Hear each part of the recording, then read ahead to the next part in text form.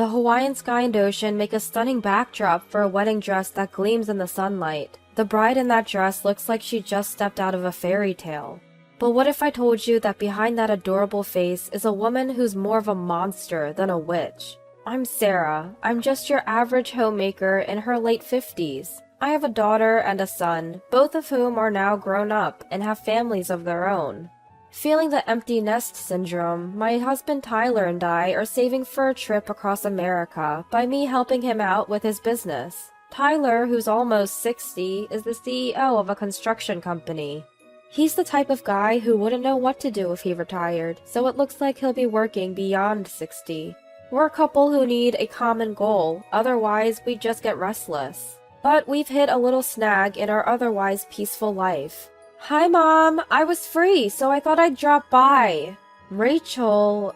Despite her cheerful greeting, my mouth twitches involuntarily. Get it together, Sarah. My son's wife has come to visit. Hello, make yourself at home. We don't have much, but... Sure thing! Rachel walks in with a smile, snapping pictures of the living room and decor with her phone. Butter cookies? Can we have something more Instagram-worthy? I offer some cookies I received as a gift, and Rachel puffs out her cheeks in disapproval. Alright, super cute, super cute. I used to say, if you don't like it, don't eat it, to my daughter Emily when she was young and picky. If Rachel wasn't my son's wife, I swear I'd give her a piece of my mind. I apologize, but these are actually quite popular these days. Really? Well, I guess they look cute if you really look. Rachel picks up a cookie with her long white fingers and begins taking multiple pictures, adjusting the angles of plates and cups. As I watch her, I shove a cookie in my mouth to stop myself from saying what's on my mind. My eldest son Alex got married 6 months ago, and his bride Rachel, who's here right now.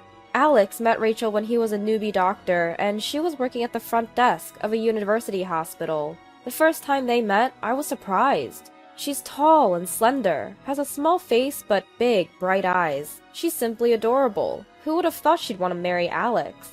Tyler, my husband, was equally amazed. Kids these days look like dolls. Alex was head over heels for Rachel. She has a vulnerable aura that just makes you want to protect her. Our daughter Emily, who was already married, was less impressed. Big bro, your taste in women is just... yikes. I scolded her for that comment, but now I kind of get what she meant.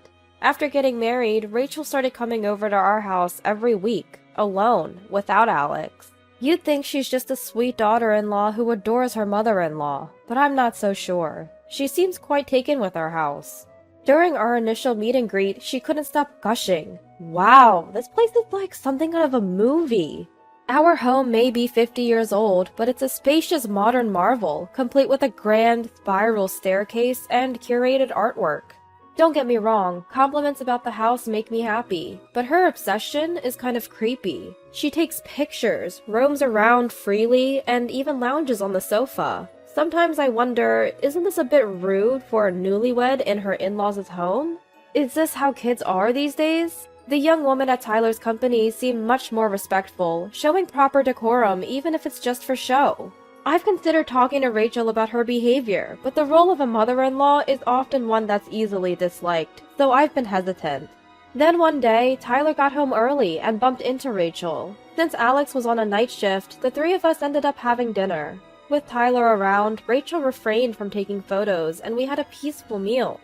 But then, over coffee, Rachel dropped a bombshell. Do you plan to leave this house to Alex? I nearly spat out my coffee at the blunt question. Unaware of her attachment to the house, Tyler looked puzzled. This house is meant to go to Emily. What? Rachel looked stunned, but quickly recovered. Aren't eldest sons usually the ones to inherit property? This is so unfair. Tyler replied, Alex is a doctor. Emily and her husband will inherit this house and run my business. Besides, this house belongs to Sarah, not me. What? Rachel looks at me with disbelief in her eyes. Tyler spilled the beans, so I had no choice but to fill her in. This house was built by my grandfather. Tyler's company was originally started by him too. You see, this house was built when my grandfather's construction business started to take off. It has elements of an open house design from that era, making it quite luxurious and modern. My dad inherited both the house and the company, but neither my sister nor I had an interest in construction, so I met Tyler at a party. He was the second son of a construction company we knew. We got married and he took over. Rachel still seems unhappy, pouting like a little child. But still, it's usually the first son who inherits everything, right?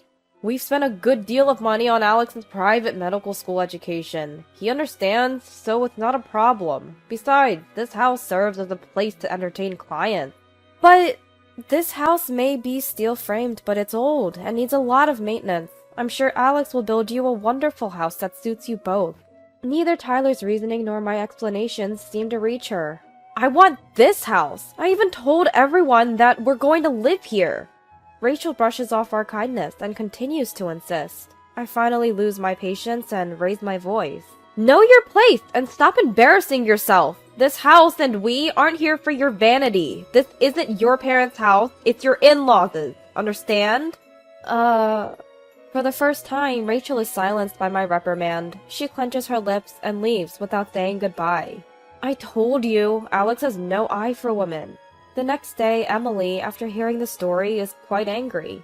Well, he's always been a quiet, studious type, not really the kind to talk to girls much. But there were good girls around him too, right? Like Lily. And Lily. Yes, his only female friend is probably Lily. Lily is a childhood friend of Alex's who lives nearby. She's always looked out for Alex, who was a laid-back guy and an easy target for bullies. Even as adults, they're still in touch. Lily is tall, has sharp eyes, and is responsible, the complete opposite of Rachel. It would have been reassuring if you chose someone like Lily. Exactly. Emily eagerly agrees. But Lily has the right to choose too, and since Alex chose Rachel, we have to accept it. I just hope this incident makes her reflect a bit. Rachel is 24, the youngest sibling with two much older brothers. I'd always noticed that my son Alex's fiancée Rachel was the apple of her family's eye. That's why I tolerated her naive and slightly spoiled behavior.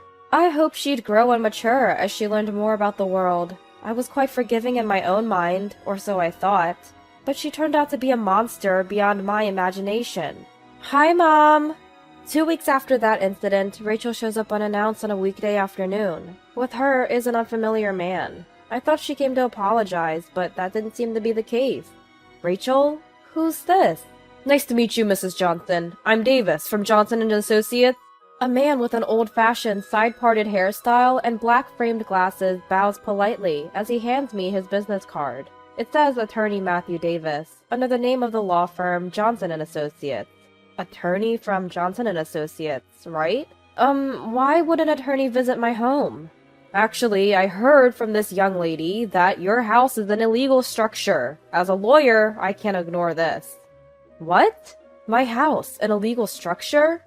I heard it from Alex. I was so shocked that you were doing something wrong. Rachel chimes in, making a face like she can't bear it any longer. Uh-huh.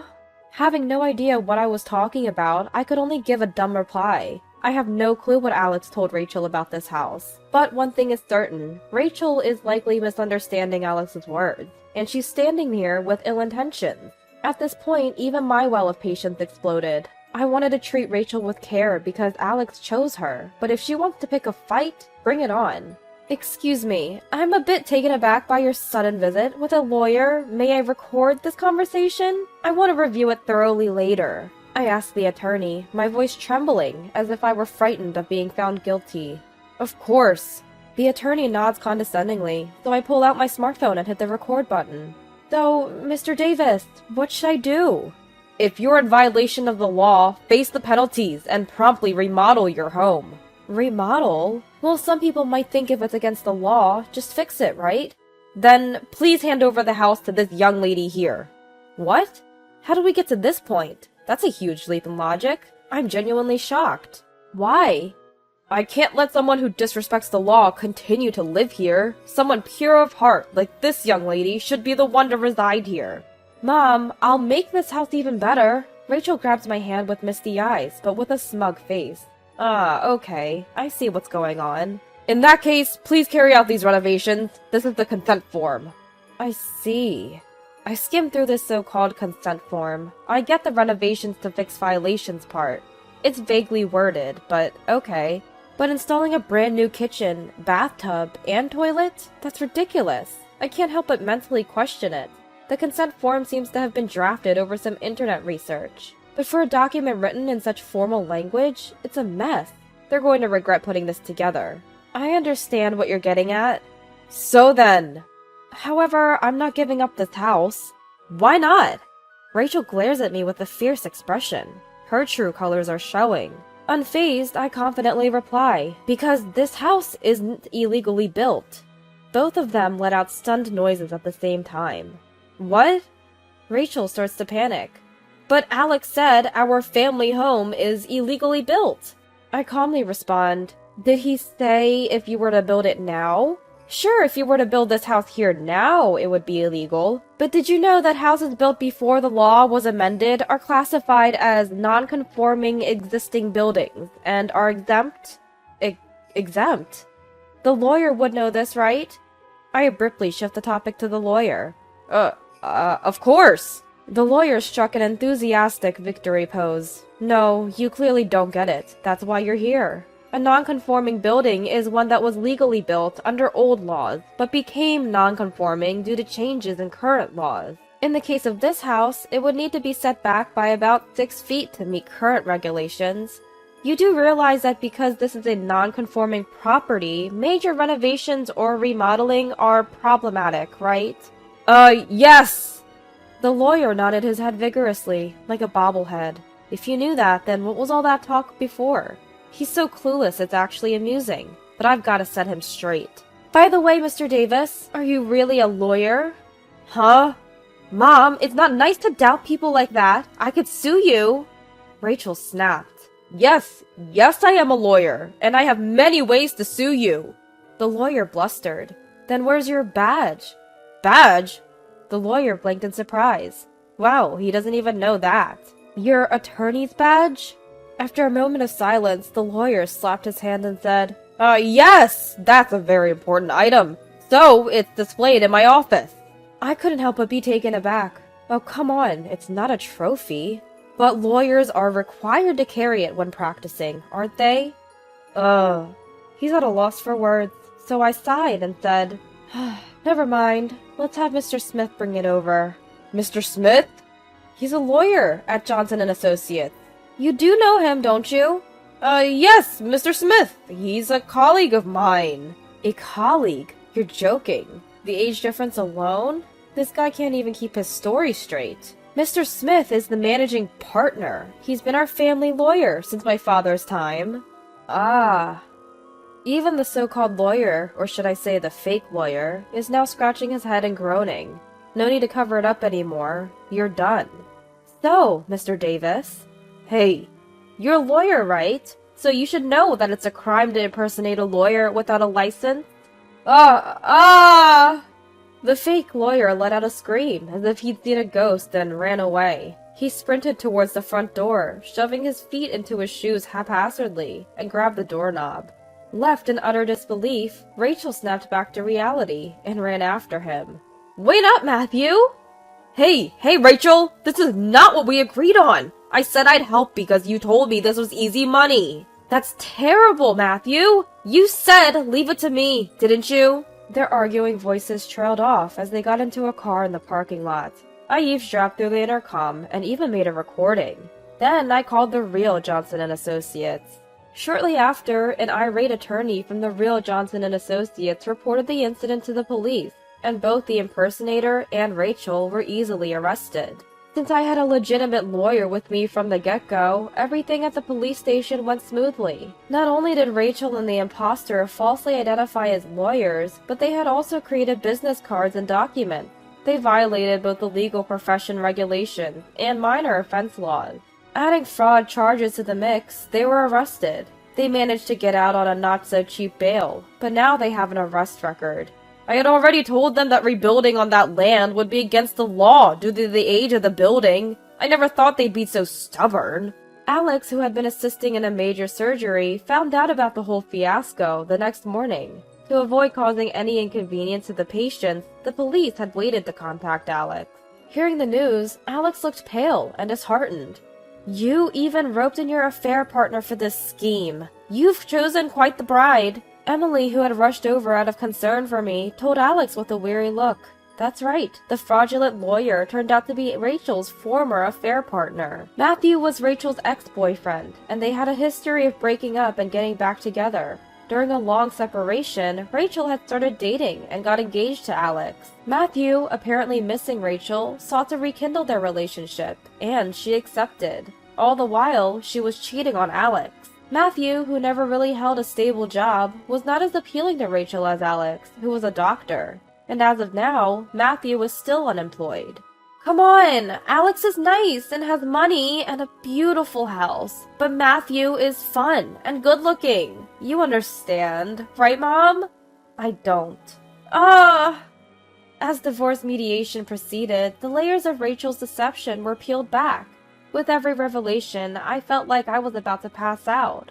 Alex, after hearing how things unfolded, initially struggled to accept the truth. And why wouldn't he? His beautiful princess was rotten on the inside. But even the love-struck Alex had his eyes opened when he realized that Rachel, whom he had thought to be fragile and worth protecting, was not only cheating on him, but also saw him as nothing more than a cash cow. It seemed that Rachel had also managed to burn through Alex's savings that he had amassed before their marriage. He firmly demanded not just alimony, but also a refund of the money she'd spent recklessly. Adding the bail money, the alimony for cheating, and the reimbursement for the spent cash, along with a civil lawsuit from me, the total cost came out to a sum that could buy a brand new luxury car. Rachel, her affair partner, and their parents were all pale as ghosts, pleading multiple times to reduce the sum or even reconcile. She even offered to completely break it off with the other guy as a compromise. Well, it seems that in the meantime, the two did actually part ways for good. But Alex, now enlightened, wasn't giving them any leeway. He secured a complete victory by setting terms they couldn't escape, alongside a capable attorney. Rachel never apologized till the end. She may capture another man with her cute looks, but no sane man would go near a woman laden with massive debt and a criminal record. 5 years later... What's with that weird laugh? I can't help it, I'm so happy. I'm going to have a nephew! Yeah. Emily looks so delighted, as if she were the one pregnant, and it makes me smile too. After his divorce, Alex had thrown himself into his work, becoming wary of women. I was worried about him, but if his work could save lives, then I thought that was good. And last year, Alex remarried. Now, his wife is carrying a new life in her womb. I can't believe Alex remarried and is even going to have a child. And the best part is, he's with Lily! Can't beat that! I can't help but laugh when Emily nods in agreement so contentedly. Yes, his new wife is none other than our childhood friend, Lily. Lily had seemingly harbored a crush on Alex since elementary school. She'd been taking him out for drinks and such, concerned about him post-divorce. Thanks to her, Alex finally recognized the woman who truly cherished him. Man, you're slow on the uptake, Alex.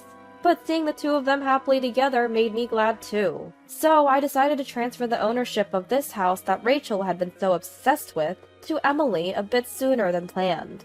Tyler's back has been hurting, and the spiral staircase has been becoming a problem. Issues like these will only increase as we age. So we bought a single-story, conveniently located house to spend the rest of our lives. Of course, once Tyler's back is healed, we're even planning to go on a cross-country trip across the United States. Emily still hasn't decided whether she will maintain this house as is or renovate it.